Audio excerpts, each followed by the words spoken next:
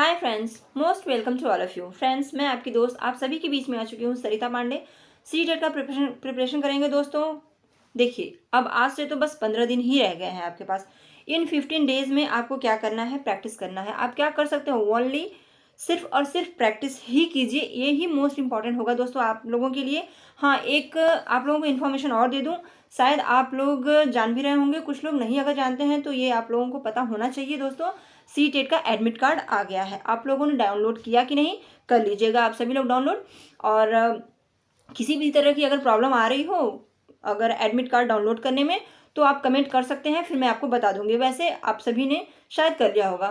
तो चलिए, admit card download कर लीजिए। 15 दिन रह गए हैं, प्रैक्टिस करिए दोस्तों।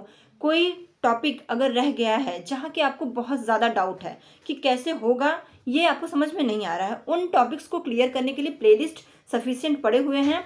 आप वहाँ से प्लेलिस्ट से बस उसी टॉपिक को थोड़ा सा देख लीजिए और उसको क्लियर कर लीजिए। और उसके बाद सिर्फ और सिर्फ ऐसी प्रैक्टिस कीजिए दोस्तों कि पूरे के पूरे आपके क्वेश्चंस अटेम्प्ट हो जाए, क्वेश्चन बिल्कुल ना छूटे। गोलों को भरने के साथ साथ प्रैक्टिस करें। तो दोस्तों चलिए स्टार्ट करते हैं। हिंदी के 30 क्वेश्चंस आपको कैसे 30 में 30 लाना है। 30 आउट ऑफ 30 का हमारा टारगेट है सब्जेक्ट वाइज। और अगर बात करें पूरे सीटेट की तो टारगेट 120 प्लस स्कोर के लिए हम आपके साथ हैं। तो दोस्तों सब्सक्राइब कीजिए आर्यन एजुकेशनल एकेडमी को और प्रेस कीजिए बेल आइकन को। हमारे एजुकेशनल वीडियो आपको मिलते रहेंगे। So start now friends. चलिए अपने क्वेश्चंस पर चलते हैं।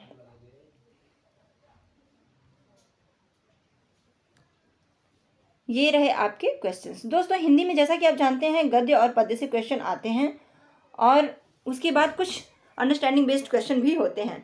तो देखिए, हिंदी है आपका, यहाँ से एक पैसेज है आपके सामने। यहाँ पे आप लोग पैसेज को पढ़िए। शिक्षा की बैंकिंग अवधारणा, बैंकिंग कॉन्सेप्ट जो होती है उसमें ज्ञान एक उपहार है जो स्वयं को ज्ञानवान समझने वालों के द्वारा उनका उपहार दिया जाता है। उन्हें वे नितांत अज्ञानी मानते हैं। दूसरों को परम अज्ञानी बताना उत्पीड़न की विचारधारा की विशेषता है। वह शिक्षा और ज्ञान को जिज्ञासा की प्रक्रिया नहीं मानती। शिक्षक अपने छात्र के समक्ष स्वयं को एक आवश्यक विलोम के रूप में प्रस्तुत करता है।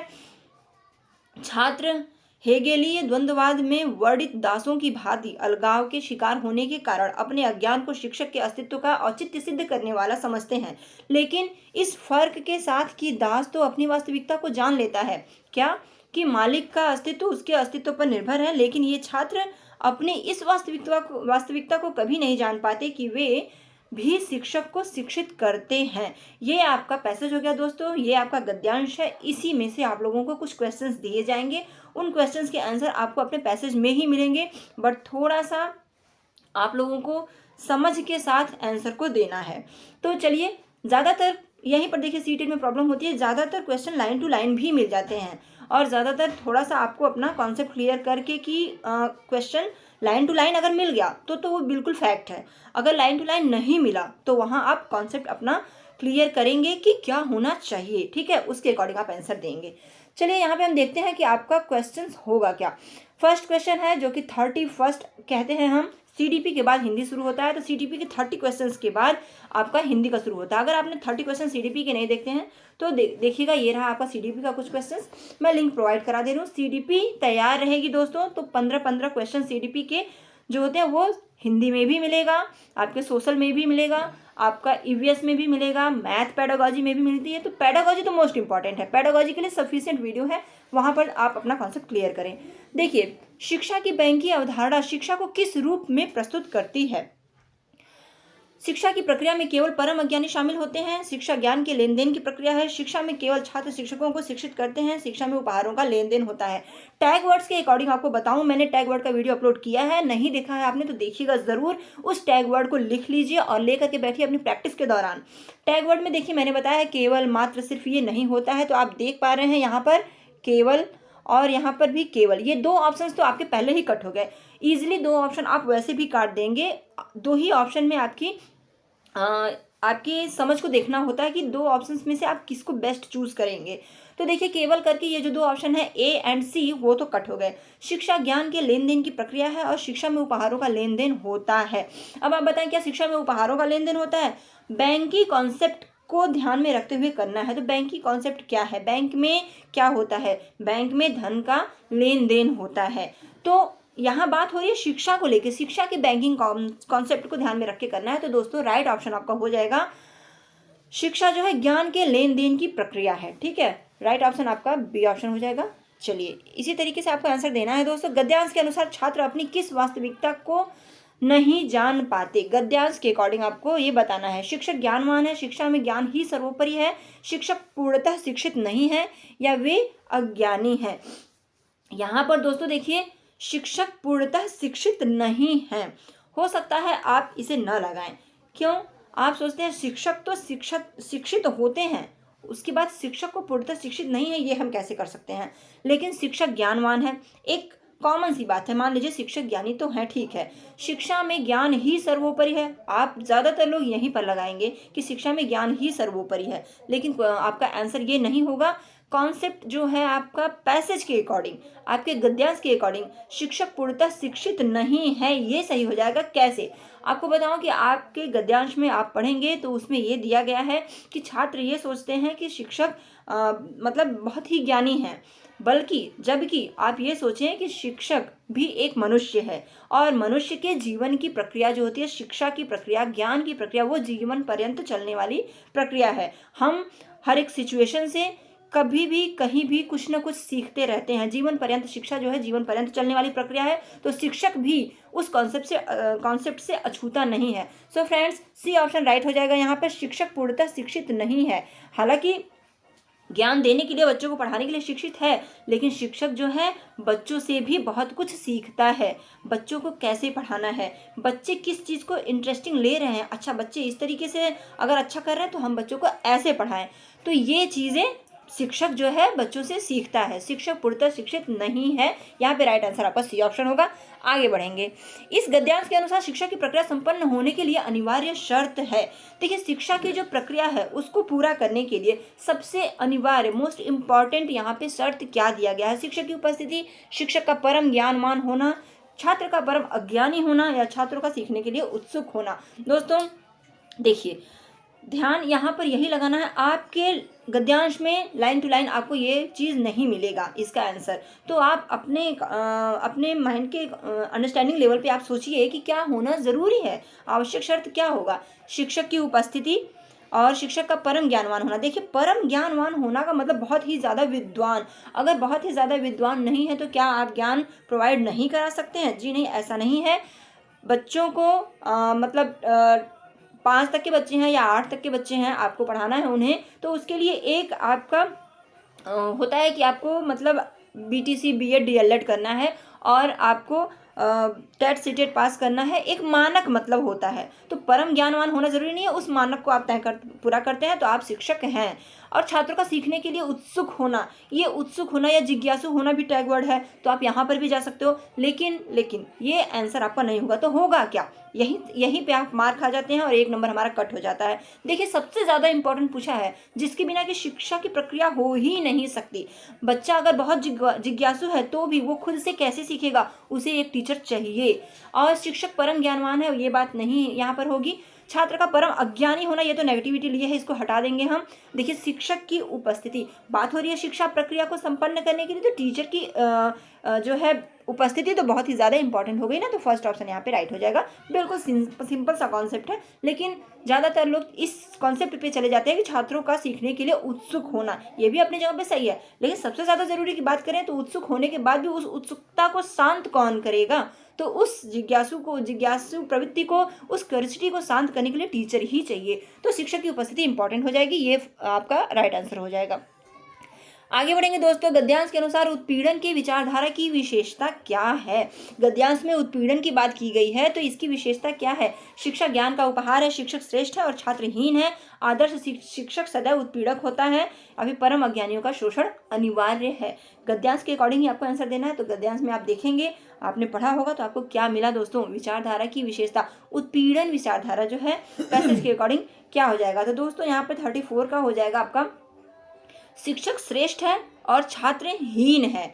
ये जो विचारधारा है ये उत्पीड़क विचारधारा है। ऐसा नहीं होता है कि छात्र को हम हीन मानेंगे, हम छात्र को हीन नहीं मानेंगे। सभी बच्चे अपने आप में विशेष होते हैं, विशिष्ट होते हैं।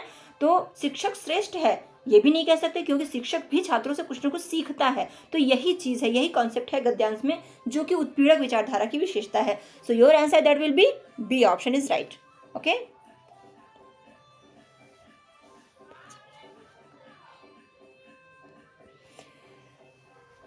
चलिए अगला आपका हो जाएगा, गद्यांश में परम करारा व्यंग किया गया है। गद्यांश में किस पर परम करारा व्यंग किया गया है?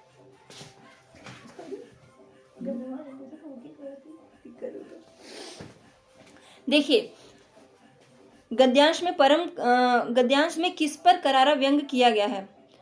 ज्ञानवान व्यक्तियों पर, उत्पीड़ितों की दिशा पर, शिक्षितों की दशा पर, शिक्षक और छात्र के मध्य संबंध पर।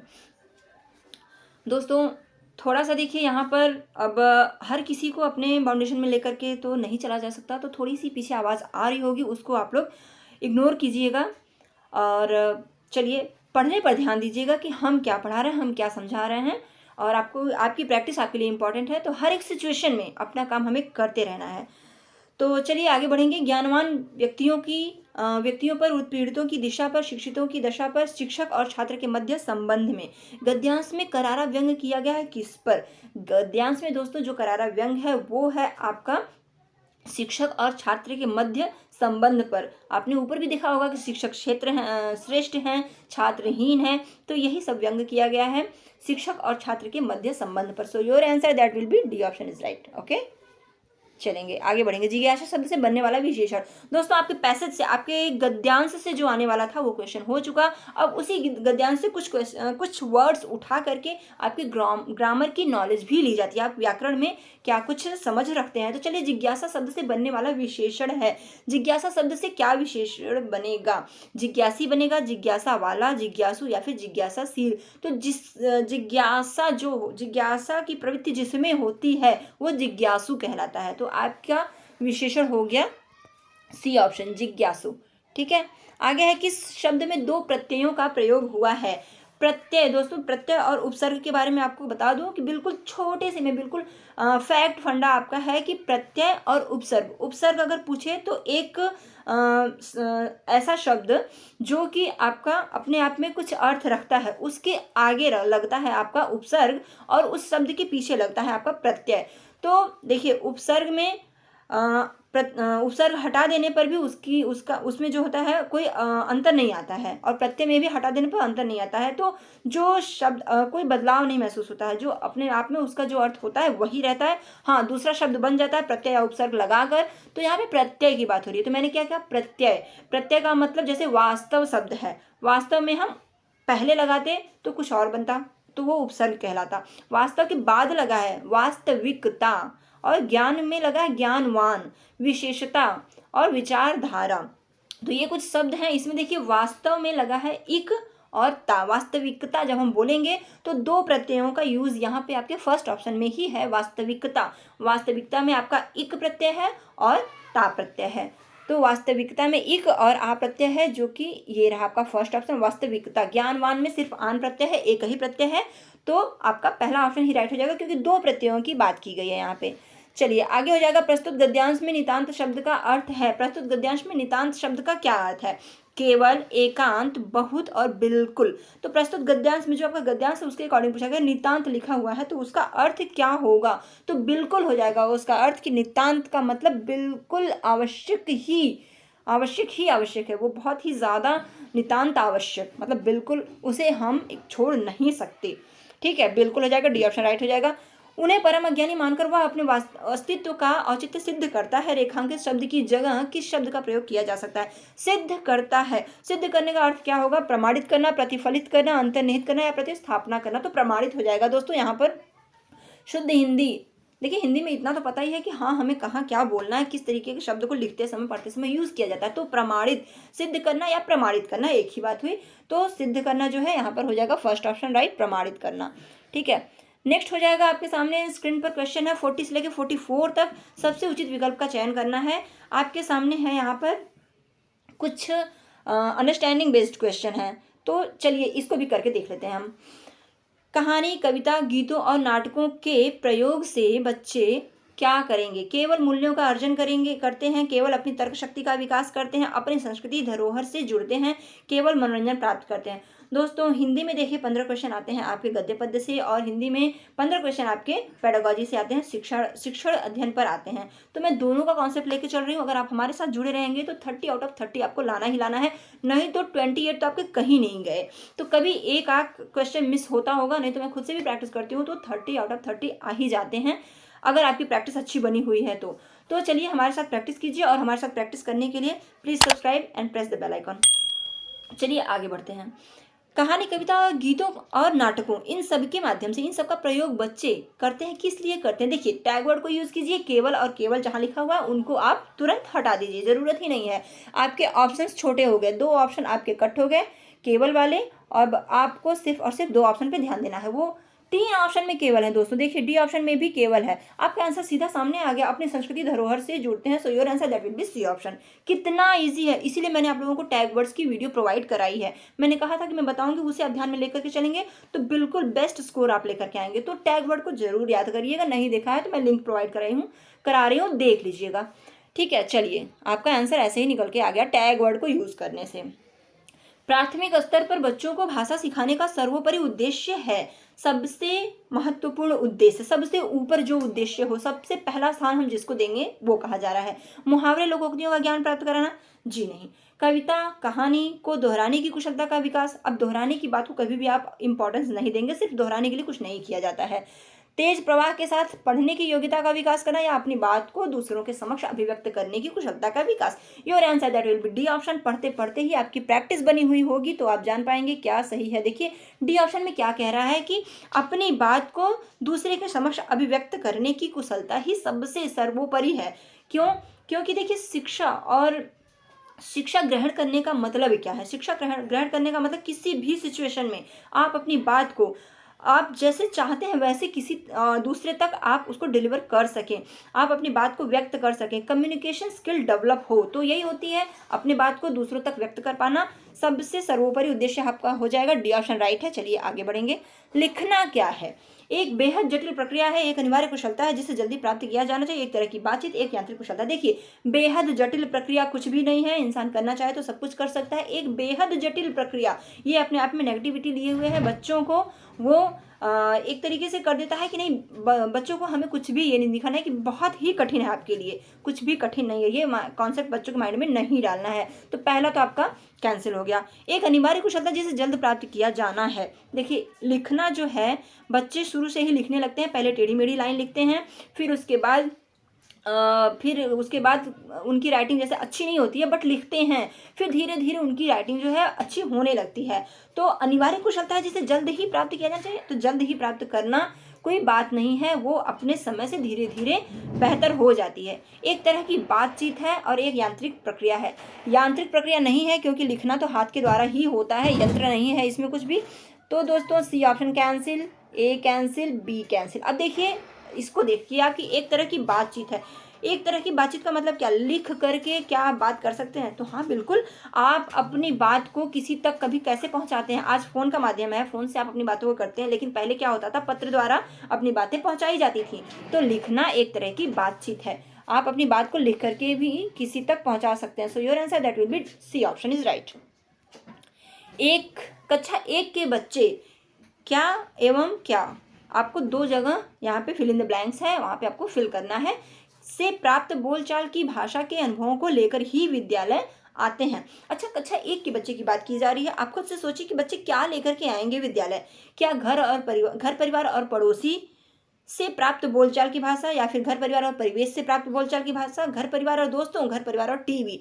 आप एक चीज़ नोटिस कर रहे होंगे दोस्तों कि घर परिवार चारों ऑप्शन में है, तो बस आपको एक ही चीज़ ध्यान देना है, दूसरा ऑप्शन क्या पड़ोसी होगा या परिवेश होगा या दोस्तों होगा या फिर टीवी होगा। देखिए आपको मैं यही हमेशा बताती आई हूँ, सीटेट का कॉन्सेप्ट ही यही है कि जिसमें व्यापकता हो। दोस्त, टीवी और पड़ोसी ये अलग अलग चीज़ें हैं, लेकिन इन सबको मिला करके ही आपका परिवेश बनता है। परिवेश का मतलब ही क्या? आपके आसपास की सभी चीज़ें, आपका एनवायरनमेंट जो है। तो परिवेश आपका इन सभी चीज़ों को लिए हुए है। So your answer that will be B option. घर परिवार और परिवेश से प्राप्त बोलचाल की भाषा को, अनुभव को लेकर ही विद्यालय बच्चे आते हैं। So your answer B option is right. I hope आप लोग पसंद कर रहे होंगे दोस्तों। अगर अच्छा लग रहा है तो प्लीज़ लाइक कर दीजिए, अपने दोस्तों तक शेयर कीजिए, ज़्यादा से ज़्यादा लोगों तक शेयर कीजिए कि लोग इसे देखें और अपने ड्रीम को, किस सीटेट उनको क्लियर करना है वो क्लियर कर सकें। और आप लोग भी इसे लाइक करेंगे, कमेंट करेंगे तो सपोर्ट करेंगे, हमें भी सपोर्ट मिलेगा कि हाँ हमें आपको किस तरीके से प्रोवाइड करना। आप कमेंट बिल्कुल कर सकते हैं कि आपको क्या अच्छा लग रहा है, क्या नहीं अच्छा लग रहा है, अपने राय, अपने सुझाव दे सकते हैं। चलिए आगे बढ़ते हैं। कक्षा 1 और 2 के शुरुआती समय में पढ़ने का प्रारंभ किससे हो और किसी के लिए हो, दो बातें यहाँ पर भी फिल करनी है। तो क्या होना चाहिए, कक्षा 1 और 2 के शुरुआती समय की बात हो रही है तो देखिए अर्थ से हो, उद्देश्य के लिए हो, या फिर अक्षर ज्ञान से हो और मनोरंजन के लिए हो, शब्द पहचान से हो और मूल्यांकन के लिए हो, अक्षर ज्ञान से हो और उद्देश्य के लिए हो। ये चारों चीज़ों में से सबसे बेस्ट। देखिए कंफ्यूज आप बिल्कुल यहाँ पर होंगे कि क्या किया जाए। 1 और 2 के बच्चों की बात हो रही है शुरुआती समय में, तो मनोरंजन बिल्कुल चाहिए होता है, लेकिन क्या मनोरंजन ही हो? मनोरंजन अपने आप में संकुचित है दोस्तों। मूल्यांकन की कोई ज़रूरत नहीं। 1 और 2 के बच्चों को सिर्फ बच्चों का मन लगा रहे विद्यालय में, बच्चे कुछ न कुछ सीखें, यही ज़रूरी है। मूल्यांकन नहीं करना है 1-2 के बच्चों में। ज्ञान और उद्देश्य, अक्षर ज्ञान भी ज़रूरी है और ये उनका उद्देश्य है, ठीक है। लेकिन बच्चों को अक्षर का ज्ञान हो, बच्चे शब्द पहचान जाएं और बच्चों का मनोरंजन होता रहे, ये सभी चीज़ अपने आप में ठीक है। लेकिन यदि बच्चे सिर्फ पढ़ रहे हैं और उसको समझ ही नहीं रहे हैं कि किस बारे में बात हो रही है, तो ये बहुत ही मतलब वो हो जाएगा कि नहीं, कोई इसका पर्पज़ नहीं है ये कि बच्चों ने क्या पाया। पढ़ाने का एक उद्देश्य होना चाहिए ना। तो देखिए कुछ भी पढ़ाया जाए 1 और 2 के बच्चों को, चाहे कहानी की विधि से पढ़ाया जाए या फिर खेल खेल में पढ़ाया जाए, बच्चों को उसका अर्थ समझ में आए कि हम उन्हें क्या सिखाना चाह रहे हैं। बच्चे लास्ट में समझ पाएँ कि हाँ हम उन्हें सहयोगिता सिखा रहे हैं, एक साथ काम करने की प्रवृत्ति को सिखा रहे हैं, हम उनको सदाचार सिखा रहे हैं, या हम उनको एक उचित व्यवहार सिखा रहे हैं, क्या सिखा रहे हैं, तो बच्चे ये जान पाएँ। तो आपका यहाँ राइट आंसर फर्स्ट ऑप्शन हो जाएगा कि पढ़ने का प्रारंभ जो है अर्थ से होना चाहिए और एक उद्देश्य के लिए होना चाहिए। सिर्फ यूं ही हमें टाइम पास नहीं करना है, एक पर्पस होना चाहिए किसी भी ज्ञान को प्रोवाइड कराने का। So your answer that will be first option, अर्थ और उद्देश्य फिल हो जाएगा यहाँ पर। अगला क्वेश्चन होगा दोस्तों, इनमें से कौन सा प्राथमिक स्तर पर हिंदी भाषा शिक्षण का उद्देश्य नहीं है। क्वेश्चन की फॉर्म नेगेटिव है। सो फ्रेंड्स आपको याद दिला दूँ, अगर नहीं लिखा है तो आप सर्कल कर लें या अंडरलाइन कर लें, जिससे कि आपके माइंड में ये क्लिक होता रहे कि नहीं हमें नेगेटिविटी की तरफ ही जाना है, नहीं तो आप सही आंसर को टिक मार के आ जाओगे, आता हुआ क्वेश्चन भी गलत हो जाता है। अक्सर बहुत लोगों के साथ ऐसे होता है जिससे 1-2 क्वेश्चन गलत हो जाते हैं। दोस्तों एक ही क्वेश्चन कितना ज़्यादा इफेक्टिव होता है आपको पता है? अगर आप 89 और 90 के बीच हो, जनरल हो, तो वहाँ पे कितना ज़्यादा ये मायने रखता है। 1 नंबर से आप डिस्क्वालीफाई और 1 नंबर पा जाने से आप क्वालिफाई कहलाते हैं। तो इन चीज़ों का भी बेहद ध्यान रखें। चलिए देखिए नेगेटिविटी यहाँ पे लिए हुए है, तो यहाँ पर आपको चारों ऑप्शन में दोस्तों यहाँ पर देखिए संदर्भ के अनुसार अनुमान लगाकर पढ़ने का प्रयास करना, चित्रकारी को स्वयं की अभिव्यक्ति का माध्यम बनाना, बच्चों की घर की भाषा और स्कूल की भाषा में संबंध बनाते हुए विस्तार देना, सुनी हुई बातों को ज्यों का त्यों दोहराना। मैंने बताया है, अभी फिर बता रही हूँ कि ज्यों का त्यों दोहराना में कोई भी कार्य नहीं हुआ, बच्चे ने कुछ भी ऐसा नहीं किया कि कुछ उसे प्राप्त हो, कोई अर्थ कोई उद्देश्य इसमें निकल कर नहीं आया। तो आपका तीनों ऑप्शन जो है first, second and third, A B and C, ये पॉजिटिविटी लिए हुआ है। बट अगर बात करें डी ऑप्शन की, नकारात्मकता की तरफ जाना है, आपको नहीं पूछा गया, उद्देश्य नहीं है, तो सुनी हुई बातों को अगर ज्यों का त्यों दोहरा दिया तो क्या किया हमने, तो यही आपका उद्देश्य नहीं होगा। बाकी सभी आपके उद्देश्य हैं। आप अनुमान लगाएं, संदर्भ जो भी है उसके अकॉर्डिंग आप बच्चा अनुमान लगाकर पढ़ने का प्रयास कर सके, बच्चा चित्र के माध्यम से भी स्वयं की अभिव्यक्ति का माध्यम बना सके, और बच्चों की घर की भाषा स्कूल की भाषा में संबंध बनाते हुए वो उसको विस्तार दे सके। ये तीनों बहुत ही पॉजिटिव वे में है। आपका राइट आंसर हो जाएगा डी ऑप्शन, जो कि नेगेटिविटी लिए हुआ है, तो डी ऑप्शन राइट। अगला हो जाएगा आपका भाषा कौशलों के संबंध में कौन सा कथन सही है। भाषा कौशल के संबंध में आपको सही ऑप्शन बताना है, तो सही है तो हम पॉजिटिविटी की तरफ चलेंगे। देखिए भाषा के कौशल अंतः संबंधित होते हैं, बिल्कुल 100% राइट।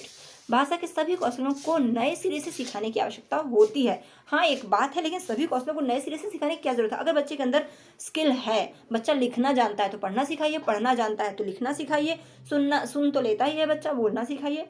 स्टेप बाय स्टेप नहीं, मुझे तुम्हें आता है तो भी तुम सीखो, ऐसी कोई बाउंडेशन नहीं है। अगला हो जाएगा भाषा कौशल एक दूसरे से स्वतंत्र होते हैं। जी नहीं, ये अंतर संबंधित होते हैं, स्वतंत्र नहीं होते। सुनना, बोलना, पढ़ना, लिखना, ये 4 स्किल्स होते हैं आपके, जो कि एक दूसरे से कोरिलेट होते हैं, बॉन्डिंग उनकी बनी रहती है। भाषा के चारों कौशल एक क्रम से सीखे जाते हैं। दोस्तों यहाँ पे आपका सबसे बेस्ट ऑप्शन अगर कहें तो आपका फर्स्ट ऑप्शन ही हो जाएगा, भाषा के कौशल अंतर संबंधित होते हैं। ठीक है, भाषा और एक उत्तम साधन है। भाषा किसका एक उत्तम साधन है? सुनने, बोलने, सोचने का, पढ़ने, लिखने, संप्रेषण का, सोचने, महसूस करने और चीज़ों से जुड़ने का, पढ़ने, लिखने और समझने का। दोस्तों यहाँ पर देखिए, आपको दिख रहा होगा सुनने के बीच कॉमा है, बोलने के बीच कॉमा है और सोचने।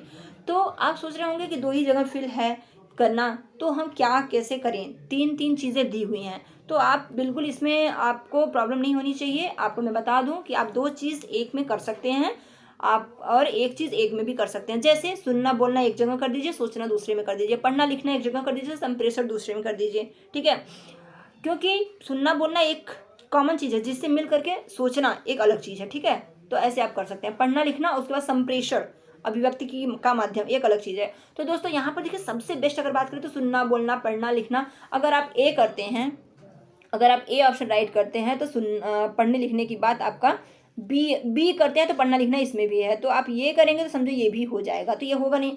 अब सुनना, बोलना और सोचना, देखिए सोचना यहाँ पे है, सोचना यहाँ पर भी है, करेंगे कौन सा? तो वो चीज़ आपको करना है जो कि सबसे अलग हो। देखिए सोचने के साथ साथ है महसूस करना और चीज़ों से जुड़ना। Your answer that will be C option, सोचना और चीज़ों से जुड़ना। बच्चे सोचें, महसूस करें और चीज़ों से जुड़े, ये एक उत्तम साधन है, भाषा का एक उत्तम साधन ये हो जाएगा। ठीक है, अगला क्वेश्चन होगा दोस्तों, भाषा सीखने का व्यवहारवादी दृष्टिकोण पर बल देता है, किस पर बल देता है? अनुकरण पे बल देता है, रचनात्मकता पे बल देता है, भाषा प्रयोग पे बल देता है, या अभिव्यक्ति पर बल देता है? भाषा सीखने का व्यवहारवादी दृष्टिकोण। दोस्तों व्यवहारवादी की बात करें अगर, देखिए बात है यहाँ पे अगर व्यवहार दृष्टिकोण, व्यवहारवादी, देखिए व्यवहार के अंतर्गत जो भी कुछ आता है, व्यवहार को हम कैसे सीखते हैं? क्या रचनात्मकता से सीखते हैं? दोस्तों व्यवहार जो कुछ भी है वो हम अनुकरण से सीखते हैं। हमारा बिहेवियर कैसा होगा, हमारे अपने परिवार के जैसा होगा, हमारे परिवेश में जो कुछ भी होगा वैसा होगा। तो हम जो कुछ भी मतलब सीखते हैं तो वो अनुकरण के दौरान ही व्यवहार में परिवर्तन होता है। व्यवहार जो है सीखा नहीं जाता बल्कि अनुकरण के द्वारा होता है। यदि हमारे घर में आदत है कि हम सुबह उठ करके सबका पैर छूते हैं, हमारे मम्मी पापा, हमारे बड़े बुजुर्ग छूते हैं, तो हमारे बच्चे भी उसको अनुसरण करेंगे, अनुकरण करेंगे और व्यवहार में लाएंगे। सो your answer that will be first option, रचनात्मकता, अभिव्यक्ति और भाषा प्रयोग यहाँ पर नहीं होगा। पहला ऑप्शन राइट हो जाएगा यहाँ पे। ठीक है, पहला ऑप्शन राइट।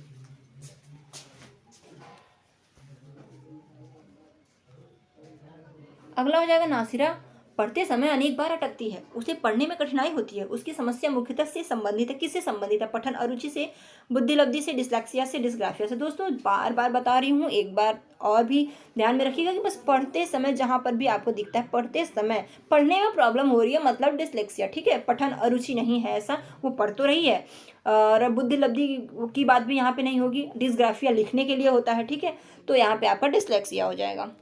वाइगोत्स्की के विचारों पर आधारित कक्षा में किस पर सबसे अधिक बल दिया जाता है? बात करें वाइगोत्स्की की, तो वाइगोत्स्की जो है समाज की बात करते हैं, सामाजिक क्रियाकलाप की बात करते हैं। देखिए कविता दोहराने में कहाँ क्या समाज की कोई बात हो रही है? कविता दोहराना, बच्चा उठाया बुक और दोहरा लिया, बिल्कुल भी नहीं होगा। कहानी सुनना, ये भी नहीं होगा। और कार्यपत्रक, वर्कशीट, ये खुद से तैयार कर सकते हैं। कहानी किसी ने सुना दिया, हमने सुन लिया। परस्पर अंतःक्रिया, ये कैसे होगा बताइए? परस्पर अंतःक्रिया कैसे हो सकता है? क्या खुद से हो जाएगा? परस्पर का मतलब है 2 लोगों के बीच, कई लोगों के बीच, अंतःक्रिया। तो ये इसमें आपको एक छवि दिख रही होगी समाज की, समाज के बीच होने वाले क्रियाकलाप की, परस्पर अंतःक्रिया उसी से होता है। So your answer that will be D option is right. Okay, D option right. परस्पर अंतःक्रिया में सामाजिक क्रियाकलापों की छवि दिखाई दे रही है। ऐसे ही दोस्तों जैसे हो सकता है कि मतलब बात है वाइगोत्स्की की और आपको समाज नहीं मिल रहा है वर्ड, तो आप देखें सामाजिक कार्य जो होते हैं वो किस ऑप्शन में है, उससे आप आंसर लगा सकते हैं। हमारी कक्षाओं में बच्चे भिन्न भिन्न भाषिक पृष्ठभूमि से आते हैं, अतः उनकी भाषाओं को भी कक्षा में सम्मान देना अनिवार्य है। उनकी भाषाओं को सीखना सभी शिक्षार्थी के लिए अनिवार्य है, या फिर भाषा की पाठ्यपुस्तक में उनकी सभी भाषाओं के शब्द वाक्य होना अनिवार्य है, या उनकी सभी भाषाओं की जानकारी शिक्षक के लिए अनिवार्य है। बच्चे भिन्न भिन्न भाषिक पृष्ठभूमि से आते हैं तो क्या होना चाहिए? उनकी भाषाओं को भी कक्षा में सम्मान देना अनिवार्य है। जी हाँ, बिल्कुल अनिवार्य है। तो यहाँ पे देखिए आपका 51 क्वेश्चन है, भाषा की पाठ्यपुस्तक में सभी शब्दों का होना अनिवार्य है। ये ज़रूरी नहीं है, उनकी भाषाओं को सीखना सभी शिक्षार्थियों के लिए अनिवार्य है। हाँ ठीक है, लेकिन अनिवार्य नहीं है कि नहीं सभी शिक्षार्थी सीखें ही। हाँ, उनके साथ रहते रहते वो खुद ही सीख लेंगे, उनके साथ रहते रहते दोस्तों वो खुद ही सीख लेंगे। तो यहाँ पे आपका फर्स्ट ऑप्शन ही राइट हो जाएगा कि उनकी भाषाओं को भी कक्षा में सम्मान देना इंपॉर्टेंट है आपके लिए। सो your answer that will be first option. इनमें से प्राथमिक स्तर पर भाषा आकलन का सर्वाधिक उचित तरीका है। भाषा आकलन करना है, बात है प्राथमिक स्तर की, तो सबसे बढ़िया सबसे अच्छा तरीका क्या होगा? दोस्तों देखिए, किसी पाठ की 5 पंक्तियां पढ़वाना, 5 पंक्तियां पढ़वा करके आप आकलन नहीं कर सकते हैं। बच्चों को चित्र वर्णन और प्रश्न पूछने के अवसर देना एक टैग वर्ड है, बिल्कुल होगा, पॉजिटिविटी लिए हुए है। और इसमें 2 चीज़ें दी गई हैं, प्रश्न पूछना भी है और साथ ही साथ चित्र वर्णन। बच्चों को चित्र का वर्णन अगर करना हो तो बच्चे बहुत सारी बातें कहेंगे, तो आपका राइट आंसर बी ही हो जाएगा। देख लीजिए आगे, बच्चों से पत्र लिखवाना, सिर्फ लिखवाने से आकलन नहीं हो जाएगा पूरी तरीके से, बच्चों से प्रश्नों का उत्तर लिखवाना। So your answer that will be B option is right. ठीक है, अवसर देना ये एक टैग वर्ड है, उस पर भी आप जा सकते हैं। और जिसमें एक से अधिक क्रियाकलाप दिया गया, चित्र वर्णन करना और प्रश्न पूछने के अवसर देना। बच्चे प्रश्न पूछेंगे तो बहुत सोचेंगे, सोच करके प्रश्न पूछेंगे कि क्या पूछूं, तो चित्र वर्णन के बारे में भी सोचेंगे, उसमें से क्या प्रश्न निकालूं, तो उससे उनकी सृजनात्मकता निकलेगी, रचनात्मकता को विशेष ध्यान दिया जाएगा। तो ये बी ऑप्शन राइट हो जाएगा। आगे बढ़ेंगे दोस्तों, कौन सा प्रश्न बच्चों की भाषा क्षमता का सही आकलन करेगा? ऐसा क्या प्रश्न हम करें? इसमें कुछ प्रश्न किया गया है, तो इसमें से कौन सा प्रश्न होगा जो सही आकलन होगा? लड़की ने किसके दाम नहीं बताए? लड़की टोकरी में क्या बेच रही थी? यदि तुम आम बेचोगे तो कितने दाम लोगे और क्यों? आजकल आम का दाम कितना है? ये 4 क्वेश्चन के हैं। ठीक है, इन चारों क्वेश्चन में से आप कौन सा क्वेश्चन करोगे जिसे भाषा की क्षमता का आकलन आपको करना है? तो देखिए, क्या और क्यों के क्वेश्चंस जो होते हैं वो बच्चों की मानसिकता पर, बच्चों की मस्तिष्क पर जोर डालने का काम करते हैं। क्या सब में है? लड़की ने दाम नहीं बताए, किसके दाम नहीं बताए? एक सिंपल सा, संकुचित जहाँ है वहाँ से हटिए, व्यापकता जहाँ है उधर जाइए। पहली बात कि यदि तुम आम बेचोगे, सोच लेंगे हम बेचेंगे कि नहीं बेचेंगे। हाँ, हम आम अगर बेचेंगे, मानना कि हमने आम बेचा, तो कितने दाम लोगे?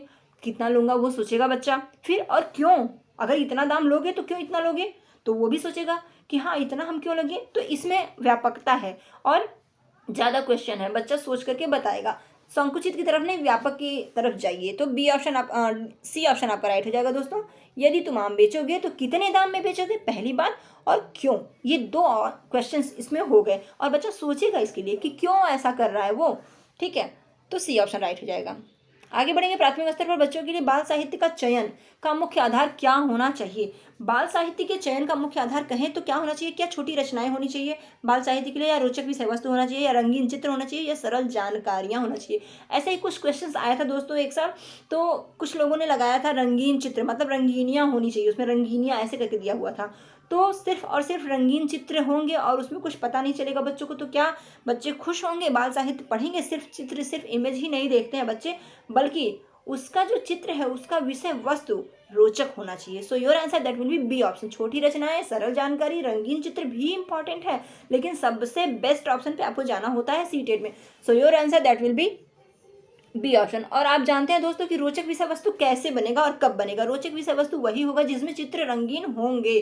तो रंगीन चित्र आपके रोचक विषय वस्तु में इंक्लूड हो जा रहा है। ठीक है, तो आप वो चीज़ लेंगे जिसमें ज़्यादा चीज़ें इंक्लूड होंगे। रंगीन चित्र में आपका ज़रूरी नहीं है कि वो रोचकता लिए हुए हो। ठीक है, बी ऑप्शन राइट हो जाएगा दोस्तों। आगे बढ़ेंगे, नेक्स्ट क्वेश्चन है आपका, नीचे दी गई काव्य पंक्तियों का पढ़कर सबसे उचित विकल्प का चयन कीजिए। आपके सामने पद्य अब आ गया है, तो अब आप इस पद्य में से किस तरीके से क्वेश्चन निकालेंगे? देखिए, नहीं झुका करते जो दुनिया से करने को समझौता, ऊंचे से ऊंचे सपनों को देते रहते जो न्योता, दूर देखती जिनकी पैनी आंख भविष्य का तमचीर, मैं हूँ उनके साथ खड़ी जो सीधी रखते अपनी रीढ़। एक इंस्पिरेशन पोएम है ये, आपको भी इसी से अपने भविष्य के लिए, अपने सपनों के लिए एक आपको इंस्पिरेशन मिला होगा। आपको भी ऐसे ही रहना है अपने सपनों को पूरा करने के लिए। व्यक्तियों, देखिए आपके क्वेश्चंस क्या हैं? कविता की पंक्तियों के अनुसार कविता किसके पक्ष में खड़ी है? जो स्वाभिमानी, साहसी और निर्भीक हैं, जो केवल, आगे आपका टैग वर्ड कट करिए तुरंत, केवल कभी नहीं होगा। जो उजाला फैलाते हैं, जो समझौता करके शांति फैलाते हैं। समझौता करके शांति फैलाना और उजाला फैलाना, ये दोनों पॉजिटिविटी, ये दोनों बहुत ही संकुचित आंसर है, तो नहीं होंगे। राइट आंसर हो जाएगा आपका पहला, जो स्वाभिमानी है, साहसी है और निर्भीक है, उनके साथ खड़े होने की, उनके पक्ष में ये कविता बात कर रही है। So your answer that will be first option. Next question हो जाएगा, व्यक्ति की दृष्टि कैसी होनी चाहिए। देखिए पैनी दृष्टि की बात की गई है। पैनी दृष्टि का मतलब होता है अंधकार को चीरने वाला नहीं, दूर की चीज़ों को साफ साफ देखने वाली, देखिए दूर की चीज़ों को साफ साफ देखने वाली का मतलब ही हो गया दूरदर्शिता, और भविष्य का अंधेरा दूर करने वाली। संकुचित अर्थ लिए हुए है आपका पहला ऑप्शन एंड आपका डी ऑप्शन, भविष्य का अंधेरा दूर करने वाला। बात करें अगर दूर की चीज़ को साफ देखने वाली, तो इसी को हम कहेंगे दूरदर्शिता। दूरदर्शिता से लैस एक ऐसा शब्द है जिसे कि आप व्यापकता से भरा हुआ है, प्लस एक परिष्कृत शब्द है, दूरदर्शिता से लेस। तो आपका सी ऑप्शन राइट हो जाएगा। इसी तरीके से क्वेश्चंस को निकालना है दोस्तों। C10 में और कुछ नहीं है, बहुत ही बेहतर स्कोर आपका जाएगा। 30 आउट ऑफ 30 भी ला सकते हैं। 28 का स्कोर तो 30 में रहेगा ही रहेगा। अगर आप हमारे साथ जुड़े हैं, 120 स्कोर का सपना आपने लिया है, तो दोस्तों जुड़ जाइए हमारे साथ, लाइक कीजिए, सब्सक्राइब कीजिए, बेल आइकन को प्रेस कीजिए और धुआंधार प्रैक्टिस करते रहिए। देखिए दिया है, ऊंचे से ऊंचे सपनों का निमंत्रण देने का भाव है। ऊंचे सपनों को आमंत्रित करना, जी नहीं, उच्च कोटि के स्वप्न देखना और उन्हें साकार करने का प्रयास करना। बिल्कुल, आगे क्यों बढ़े, स्वप्नशील रहना, बस सपने देखते जाएं, करें कुछ भी नहीं, ये तो होगा ही नहीं। सपनों को आमंत्रित करना, हाँ भैया सपनों को आमंत्रित करो, काम कुछ भी मत करो। सपने क्या आमंत्रित करने से आते हैं, भावनाएं बढ़ती जाती हैं आपको किसी को देख करके आप सपने देखते रहते हो, लेकिन उसके लिए काम भी तो करो, उन्हें साकार करने का प्रयास करो। प्रयासशील व्यक्ति ही सपनों को साकार कर पाते हैं, और जो सपनों का साकार कर पाते हैं वही इस दुनिया में, इस समाज में एक अपना जगह बना पाते हैं। तो दोस्तों यहाँ पे भी ऑप्शन राइट हो जाएगा। उच्च कोटि के स्वप्न देखना और उन्हें साकार करने का प्रयास करना, प्रयासशील रहना। ठीक है, तम शब्द का पर्याय है आपका यहाँ पर पर्यायवाची आ गया है, तो कुछ पर्यायवाची भी जरूर याद कर लीजिएगा। प्रैक्टिस के थ्रू कई पर्यायवाची आपको हर एक प्रैक्टिस सेट में मिल ही जाएंगे, फिर भी कुछ देख लीजिएगा। देखिए यामिनी, रात, अंधकार और निशा, सिंपल सा है बिल्कुल। तम का पर्याय अंधकार होता है, आप सभी जानते होंगे। Your answer that will be C option. Okay, नहीं झुका करते जो दुनिया से, पंक्ति में किसके सामने न झुकने की बात की गई है, विषम परिस्थितियों और अन्याय के बारे में। जी हाँ, बिल्कुल यही होना चाहिए। दुनिया के सभी देशों के सामने, अन्यायी राजाओं के सामने, दुनिया के व्यक्तियों के सामने। व्यक्तियों की बात नहीं की गई है, किसी के प्राइवेट चीज़ों को नहीं लिया गया है इसमें कि किसी का किसी से कुछ है तो दुनिया के सामने, व्यक्तियों के सामने झुक जाएं। अन्यायी राजाओं के सामने राजा की बात की ही नहीं गई है। दुनिया के सभी देशों के सामने, देखिए बात यहाँ पे हो रही है आपके अपने ज़िंदगी को आगे बढ़ाने के लिए, आपके अपने लाइफ में जो कुछ भी है उस स्तंभ को चीर करके आगे बढ़ने की बात की जा रही है। तो दोस्तों विषम परिस्थितियाँ आएंगी, अन्याय भी होगा, अन्याय को आपको न्याय में बदलना है। कैसे बदलेंगे, जब आप प्रयासशील रहेंगे। विषम परिस्थितियाँ आएंगी, उन विषम परिस्थितियों से कैसे निकलेंगे, जब आप प्रयासशील रहेंगे। तो नहीं झुका करते, जो वो व्यक्ति नहीं झुकते हैं, जो स्वाभिमानी होते हैं, आत्मनिर्भर होते हैं और विषम परिस्थितियों से और अन्याय के सामने डटने का मुकाबला रखते हैं। So your answer that will be first option. Okay, सीधी रीढ़ का आशय है। सीधी रीढ़ का क्या मतलब है, आत्मनिर्भर होना, सीधी बात कहना, स्वाभिमानी और स्वावलंबी होना, अभिमानी होना। अभिमानी होना गर्वित होने का मतलब है, तो अभिमानी होना नहीं होगा यहाँ पे दोस्तों। और स्वाभिमानी या अभिमानी एक ही होता है, लेकिन अभिमानी होना एक घमंड की तरफ दिखा रहा है। स्वाभिमानी हम स्वयं पर अभिमान रखते हैं, ये अलग चीज़ है। आत्मनिर्भर होने पर भी आप जा सकते हैं, लेकिन सीधी बात कहना कोई बात नहीं है। आत्मनिर्भर से भी बेहतर आपका ऑप्शन होगा स्वाभिमानी के साथ साथ स्वावलंबी होना। ठीक, राइट आंसर आपका हो जाएगा सी ऑप्शन। ठीक है, सी ऑप्शन इज राइट। दोस्तों इसी के साथ आपके 60 तक हम लोग पहुंच गए हैं। आपके 30 क्वेश्चंस पूरे हुए।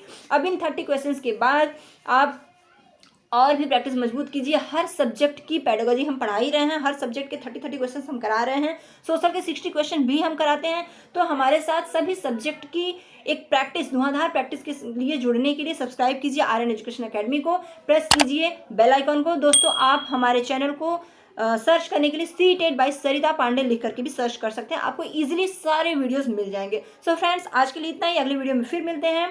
Thank you so much, bye bye.